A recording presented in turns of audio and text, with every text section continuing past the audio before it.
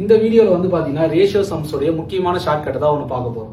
ஓகேங்களா, இங்கே என்ன கொடுத்துக்கிறாங்கன்னா 1/x is to 1/y is to 1/z equal to 2 is to 3 is to 5 கொடுத்துக்கிறாங்க.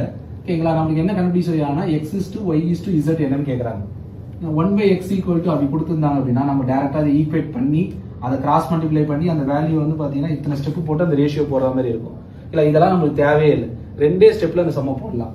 ஓகேங்களா, 1/x இல்லை 1/y 1/z இதுக்கு என்ன நம்மளுக்கு கொடுத்துறாங்க அப்படின்னா 2 is to 3 is to 5 கொடுத்துறாங்க.